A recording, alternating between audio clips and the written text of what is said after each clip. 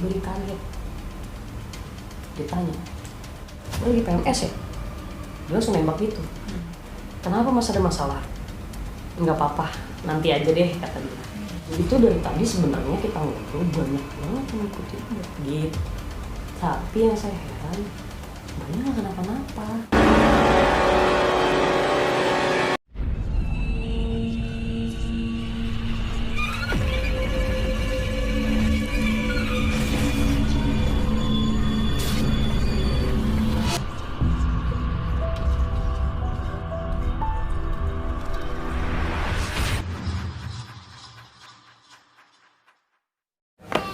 Assalamualaikum warahmatullahi wabarakatuh. Selamat malam Sobat Mistis. Kembali lagi bersama Nyanyi dan juga Nanca.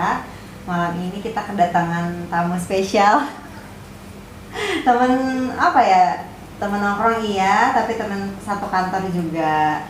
Kenalkan Sobat Mistis, siapakah nama lengkapnya? Nama lengkap aja ya, panggilan aja Ratij Transjakarta. Oh, enggak, ini bukan iklan. Aku undang Kak Tija ke sini karena Nyai tahu Kak Tija kan termasuk orang yang suka lah ya naik gunung. Suka sih. Sering-sering naik gunung ke yang jauh-jauh gitu kan. Nggak jauh-jauh juga, sesempatnya aja, sesampainya aja. Dan kabarnya punya sedikit cerita menarik ketika naik gunung, ya nggak Kak? Benar? Ada sih. Ada. Nah, jadi gini Kak, di podcastnya itu memang sebetulnya jarang banget yang cerita gunung. Dan begitu cerita gunung di launching, videonya banyak yang request, Kak gunung lagi dong ceritanya gitu. Nah makanya nyari orang yang sering naik gunung dan mungkin punya banyak pengalaman ketika naik gunung. Jadi Kak TJ bebas bercerita di sini. Bebas bercerita ya. Siap. Sering naik gunung apa aja Kak? Kalau sering sih yang deket paling lebih kejangkau ya, waktunya Gunung Gede sih, tapi udah lama juga nggak kesana. Terakhir itu bulan September kalau nggak salah ya. Tahun kemarin. September atau Oktober kalau nggak salah. Oktober. Gunung apa aja yang udah pernah didaki? Gede Pangrango udah, terus Lawu, terakhir Lawu tahun kemarin juga, sama Rinjani pernah juga, ada beberapa lah. Aku mau tanya, biasanya cewek kalau naik gunung itu ada yang jagain nggak, atau kakak emang udah tipe yang mandiri gitu? Jagain Maksudnya kayak kan pasti sama tim kan naiknya. Oh iya pasti. Lebih dijagain nggak sih cewek kalau naik gunung gitu? Ada yang begitu, ada yang ya udah biasa aja, bareng-bareng aja sih, lebih ke bareng-bareng sih. Berapa orang biasanya pas naik gunung? Pernah paling sedikit pernah bertiga, pernah berempat, paling banyak itu 23 orang. Itu acara apa 23 orang? Ini sengaja karena lagi ya udah yuk bareng-bareng gitu, satu tongkrongan gitu waktu itu di base camp. Terus pengen ke Gede, ternyata yang dari 15 orang nongkrong pas packing bareng jadi pada ngikut semua. Cuman nggak semuanya sampai di sana pada ngecamp juga, enggak. Rata-rata kebanyakan udahlah gue nganterin sampai sini aja. Gitu sih. 23 orang. 23 orang. Cerita yang mau Kak Tija ceritain hari ini itu ketika Kak Tija naik gunung apa?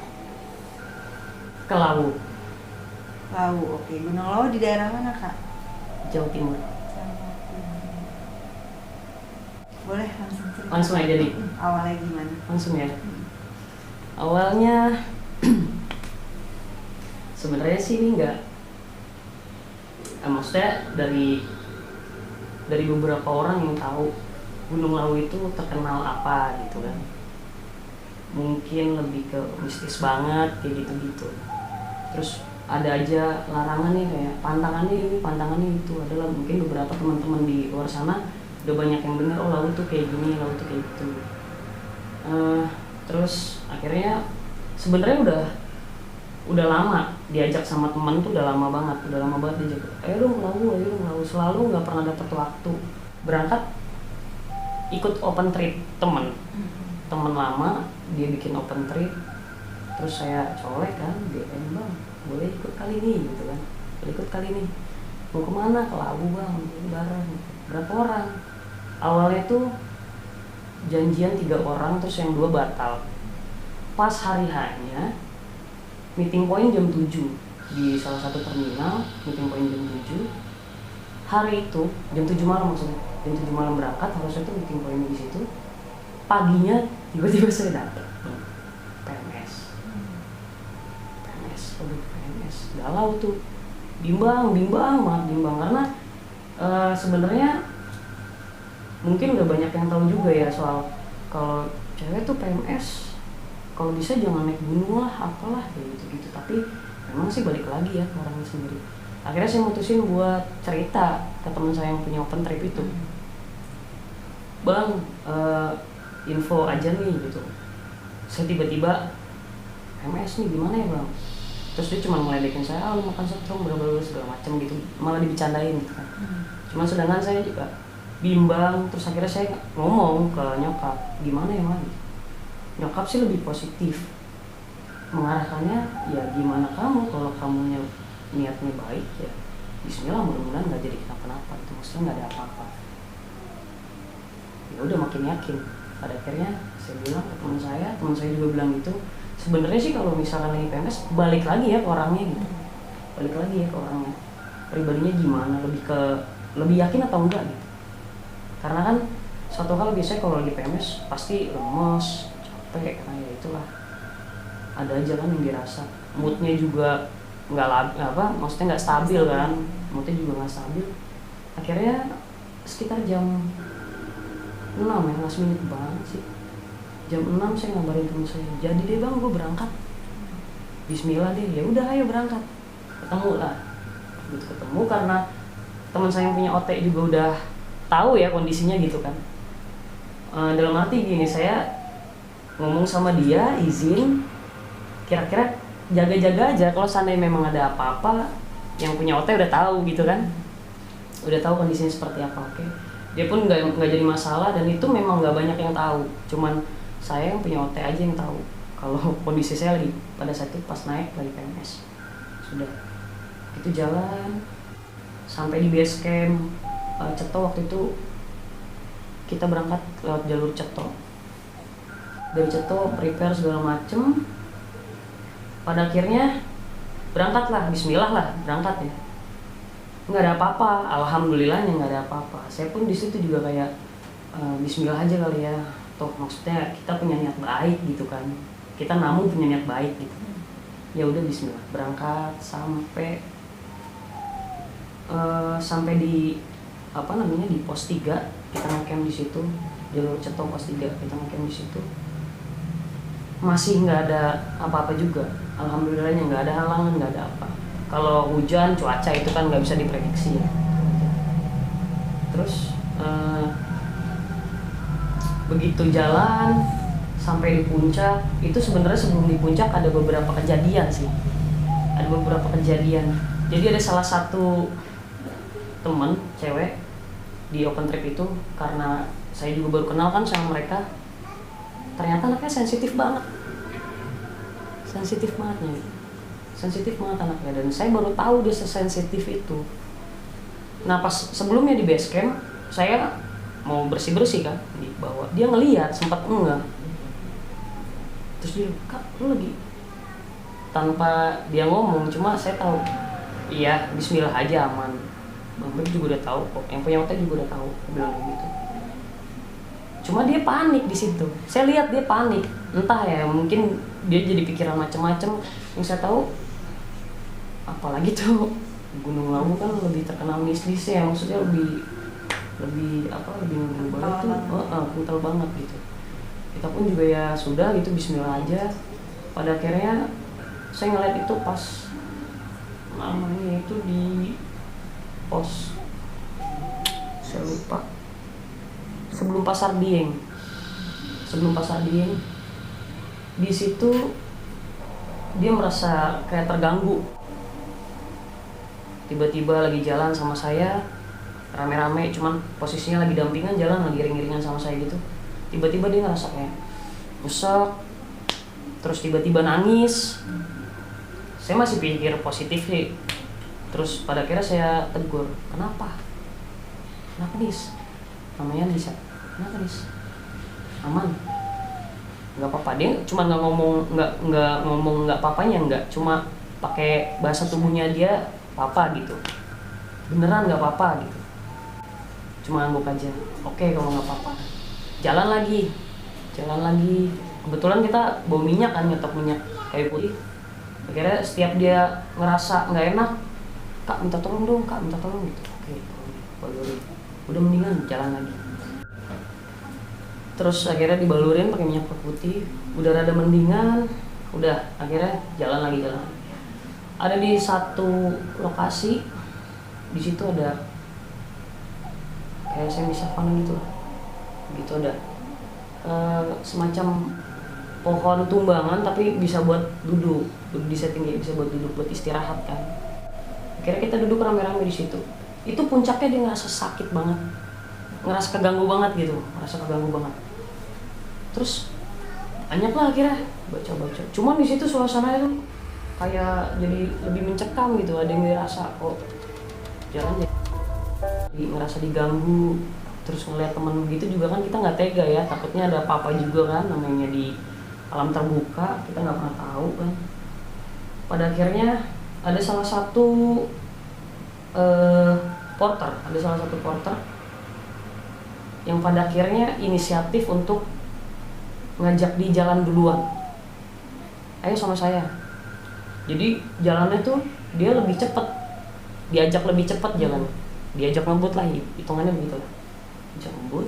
Saya ketemu di Hargo Dalam, di depan Hargo Dalam. Dia nungguin di situ, nungguin tim yang lain pada sampai. Aman nggak aman? Ternyata di situ udah ketawa-tawa, belum ada cerita apa-apa sampai di situ.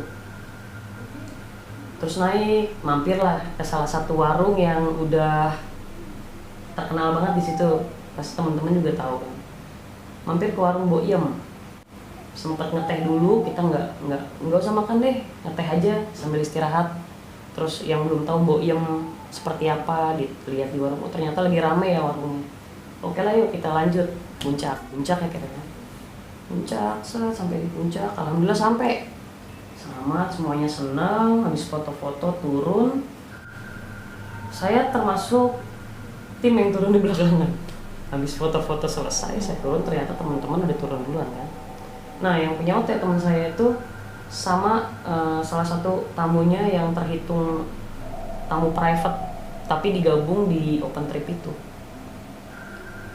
Temen sih, lebih ke temen lamanya mungkin ya, temen lamanya. Jadi ya sudah akhirnya bareng-bareng, turun gitu, udah turun. Nah di situ yang tadinya saya turun lewat satu jalur, jadi kalau misalkan mau ke puncak Lawunya itu ada beberapa jalur. Ada yang mungkin dari Cemoro Sewu, yang dari Cemoro Kandang ada, yang dari Ceto juga ada. Terus saya dari Ceto, saya ingat banget, udah lewat Pasar Dieng gitu, Pasar Setan itu namanya, Pasar Setan itu, sorry. Terus teman saya tuh, saya berdua, habis foto-foto itu berdua, saya turun, teman saya bilang lewat sini aja. Yang itu jalur bukan di mana saat saya datang menuju ke puncak Lawunya, ke Tugunya itu. Ya sudah kan, maksudnya nggak usah jadi berdebat, ya udah saya ikutin, ya udah yuk kita turun, situ turun. Begitu turun, saya nggak kenal jalur itu. Saya bilang sama teman saya itu udah lumayan lama ya, setengah jam lebih kayaknya. Turun tuh udah setengah jam lebih. Terus saya perhatiin, saya nggak ngelihat apa yang saya lihat tadi pas naik. Jadi kebiasaan saya tuh kalau misalkan naik terus ngerasa ngap ya, atur napasnya saya balik badan, jadi ngarah ke bawah, balik ke bawah. Jadi saya bisa ngeliat pemandangan lebih enjoy aja gitu. Itu biasanya saya liatin sekitar pada saat itu, naik lagi. Nah pada saat turun kemarin sama teman saya itu, saya nggak ngeliat apa yang saya lihat sebelumnya. Saya nggak kenal gitu kan. Terus saya colek teman saya, lu serius inget bener nggak nih jalurnya? Bener kok, dia masih yakin itu bener. Sampai di tengah itu bener-bener kebuka, view-nya kebuka pemandangan. Saya bisa lihat warung Boiem yang posisinya beda sama yang saya lihat. Jadi misalkan serongnya bisa lebih nggak terlalu banget, ternyata ini tuh ada di ujung sana. Yang saya lihat pertama misalnya di sini, tapi itu ada di ujung sana. Kok jauh, saya mikirnya gitu. Terus saya bilang teman saya, tadi gue lewat jalur sana yang kita lewatin pas pertama naik mau ke puncak, itu gue ngeliat warung boknya itu nggak ada di sana, tapi di sini sejalan dekat kita. Saya bilang gitu, balik lagi aja yuk, yakin nggak? Dia jadi nggak yakin juga ketika saya bilang kayak gitu kan. Ya udah deh, mau nggak mau naik, ya udah yuk Bismillah aja deh, mudah-mudahan ketemu bener jalurnya. Naik lagi sampai ke Tugu lagi nih di puncak, melipir lah agak ke kanan. Nah ini nih, gue ingat banget, ini kok ini bener ini. Akhirnya bener, alhamdulillahnya bener. Sampailah ketemu pos yang pasar setan itu, pasar Dieng itu, bener ketemu di situ. Ya udah akhirnya lanjut. Ternyata saya telat banget karena hari itu sebenarnya ketika kita naik ke puncak, turun prepare langsung turun ke bawah lagi ke base camp Ceto lagi. Hari itu saya sampai sekitar jam 3, sedangkan anak-anak udah prepare. Begitu saya sampai tuh mereka udah prepare, udah ada bongkar tenda segala macam. Ditanya, kok baru sampai kemana? Kirain kemana-mana gitu lah, macam-macam dikira. Enggak, karena udah ngerasa salah nih, terus udah gitu telat gitu kan. Udah pada akhirnya udah kita packing turun lah. Begitu turun sampai di bawah sih alhamdulillah saya pribadi ngerasa nggak ada gangguan apa-apa. Tapi sebenarnya di jalur itu sebelum pos 2, dari pos 3 turun pertengahan mau sampai ke pos 2 ketemu salah satu porter juga. Yang memang dia asli Ceto, orang pribumi situnya langsung. Ibaratnya kamsi lah gitu, kamsi. Ngobrol. Terus dia sempat pasang lupa di pos 2. Sempat nanya-nanya, ngobrol. Bang, kalau yang masang lupa di sini harus orang pribumi sini atau gimana? Oh, nggak apa-apa kok, kalau kamu bawa, kamu bisa berdoa di sini juga segala macam. Cuman ini hanya beberapa pandangan orang, takutnya ada yang berbeda ya, maksudnya apalah gitu, macam-macam lah pikiran. Cuman saya berpikirnya positif. Oh ya, memang adat istiadatnya atau memang tradisinya seperti itu, ya sudah gitu. Jalanlah turun lagi menjelang maghrib. Sebelum maghrib saya ketemu sama beberapa teman saya yang waktu itu barengan dari pos 3 turun, sekitar ada 5 orang. Saya karena ngobrol sama si porter ini tadi berdua sambil nungguin dia pasang lupa itu, ketemu di pos 1 teman saya lagi mau ngambil air. Jadi di pos 1 dulunya sepertinya warung ya, Ngomong-ngomong, saya boleh nyeruput kopi dulu tadi? Boleh. Sambil cerita sambil kopi biar lebih santai. Boleh ya. Bismillahirrahmanirrahim. Mantep. Makasih Bang Ed. Terus udah gitu, pas saya sampai, teman saya ternyata udah basah kuyup. Hujan tuh. Bukan hujan. Saya berpikir kayak sebelumnya saya tanya, lu kenapa basah kuyup? Itu tadi gue lagi ngambil air. Jadi tuh ada salah satu pipa yang memang aliran air, bisa dibilang mungkin mata air buatan gitu ya, mata air buatan. Jadi kalau ada beberapa pendaki kehabisan air, dia bisa isi air di botol itu lewat itu. Jadi pipanya itu semacam paralon, udah bolong. Itu lubangnya nggak gede karena posisinya yang saya lihat airnya ngalir tuh cerat muncrat gitu. Jadi kita bisa ngisinya ngegantung botolnya, nggak yang dia alirannya turun gitu, enggak. Nah ternyata pada saat dia isi, ceritanya dia pada saat di pos 1 itu, pas begitu ngisi itu muncratan airnya tuh kencang banget sampai ngebasahin dia sebadan seadanya, bener-bener basah kuyup. Memang habis hujan kan sebelumnya, cuman hujannya hanya nggak sampai basah gitu, maksudnya serius itu kecipratan. Iya. Terus saya nyeletuk, nggak tahu saya nyeletuk gini, udah numpang belum gitu, kayak ngeledekin secara nggak langsung, udah numpang belum. Terus yang pada hehe, porter yang tadi saya bilang asli Cetonya langsung, dia cuman, iya mas mungkin numpang izin dulu kali, ditambah ngeledek begitu ya kan. Udah selesai itu turunlah pelan-pelan. Jadi kalau misalkan dari arah naik lewat jalur Ceto itu, Candi Ceto, pintu masuk, jalan lagi nggak lama ketemu sama namanya Candi Ketek. Maaf ya kalau misalkan salah nyebut, saya tahunya Candi Ketek. Nah yang saya tahu infonya, pas turun dari pos 1 itu ketemulah Candi Ketek. Si porter ini nawarin break. Selama di jalur sebelum sampai Candi Ketek itu porter sempat ngajak ngobrol dulu. Baru pertama mbak kesini gitu, asli mana, yang kayak nanya-nanya gitu. Obrolan biasa gitu ya, mungkin biar nggak terlalu sepi banget kali di jalur kan. Ya mas, baru pertama kali kesini gitu. Gimana, enak nggak gitu? Pengen balik lagi nggak, yang kayak gitu-gitu ditanya. Seru sih, alhamdulillah sih. Enak ya jalur ini juga ya gitu, ngobrol-ngobrol. Terus tadi sempat ke Argo Dalam nggak gitu? Argo Dalam itu ada salah satu tempat yang namanya Argo Dalam itu kayak yang saya lihat dari luar ya, karena saya jujur nggak mampir. Pada saat itu mau mampir karena saya ngerasa kotor.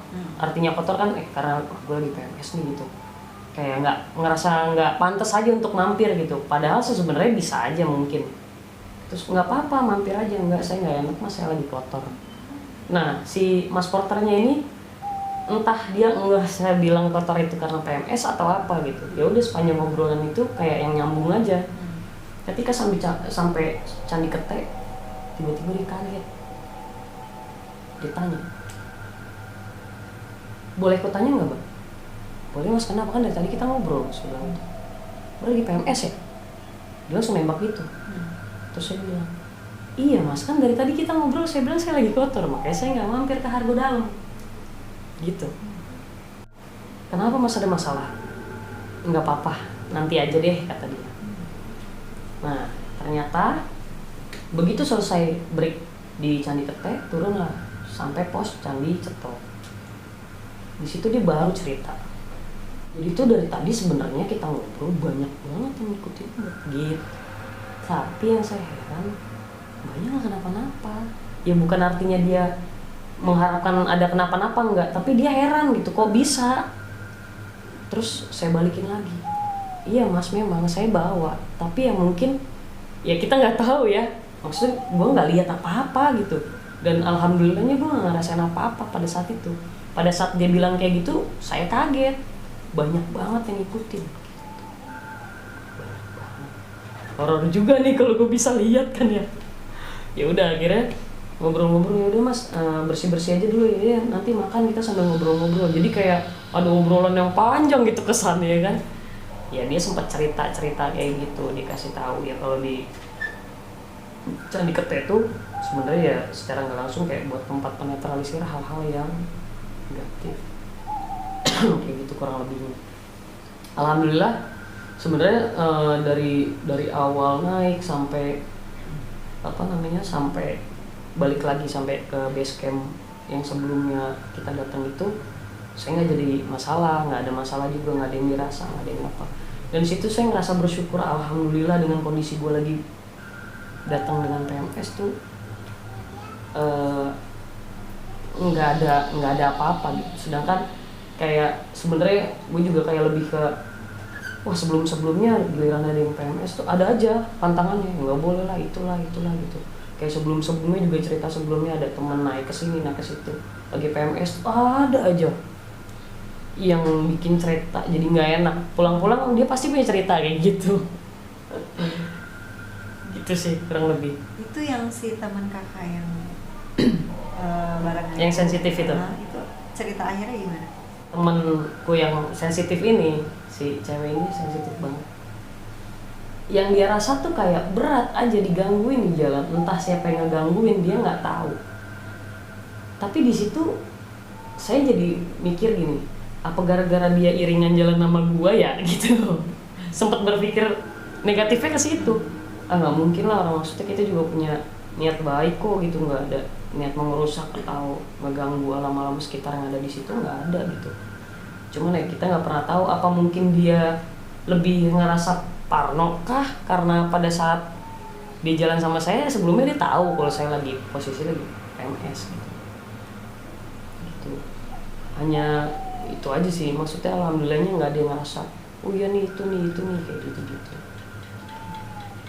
Nah kak, mungkin dari cerita kakak ini aku mau sedikit dong tanya, diulang lagi kali dari pernyataan yang awal, kalau misalnya tiba-tiba kita mau naik gunung sebagai perempuan hari H mau naik gunung terus dapat itu, baiknya dilanjut kah atau gimana gitu? Kayak kan ngedadak tuh kan dapatnya. Iya, gitu. ngedadak.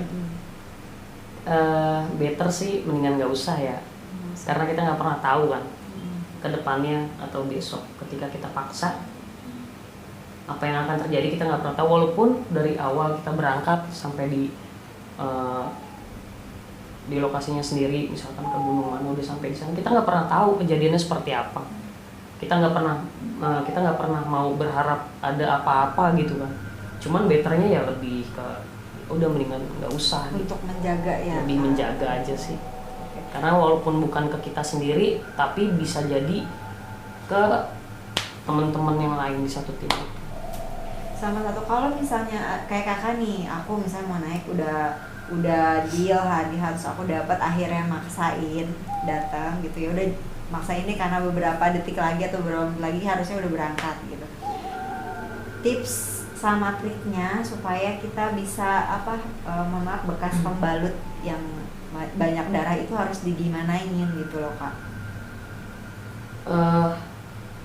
Kalau berbicara itu tergantung orangnya lagi nih, balik lagi ke orang. Tapi lebih ke saran aja nih sebenarnya, lebih ke saran tuh minimal harus prepare kantong plastik sendiri untuk yang kotornya itu, entah mau dibalut pakai tisu kering kah supaya mengurangi mungkin aromanya. Terus kalau bisa ya jangan dibuang sembarangan ya, karena sebenarnya namanya di alam terbuka, kita mau buang entah mau buang air kecil atau buang air besar kan itu juga nggak bisa sembarangan sebenarnya kan, peraturannya kan seperti itu. Nggak boleh di jalur, harus di tempat tertentu yang memang itu aman nggak dilewatin sama pendaki lain.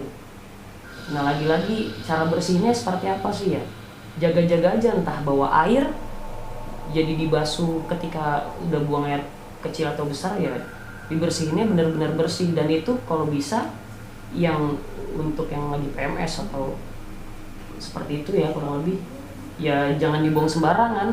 Makanya saya bilang tadi sarannya bawa kantong plastik sendiri aja, itu nggak usah dibuang di tempat atau ya udah disimpan aja, kalau bisa dibawa pulang ke rumah. Tinggal gimana aja cara packingnya supaya kita juga nyaman yang bawa dan teman-teman yang kita nggak tahu jadi nggak ngerasa terganggu aja sih gitu. Sama terakhir kak, kan kalau lagi PMS mohon maaf ketika kita buang air tuh pasti keluar darahnya. Iya. Itu gimana sih biar kalau pipis biasa kan oke kita masih bisa gali-gali gitu apa? Kakak punya trik lain nggak atau cara lain? Nah, disiram aja kali ya sebenarnya. Disiram.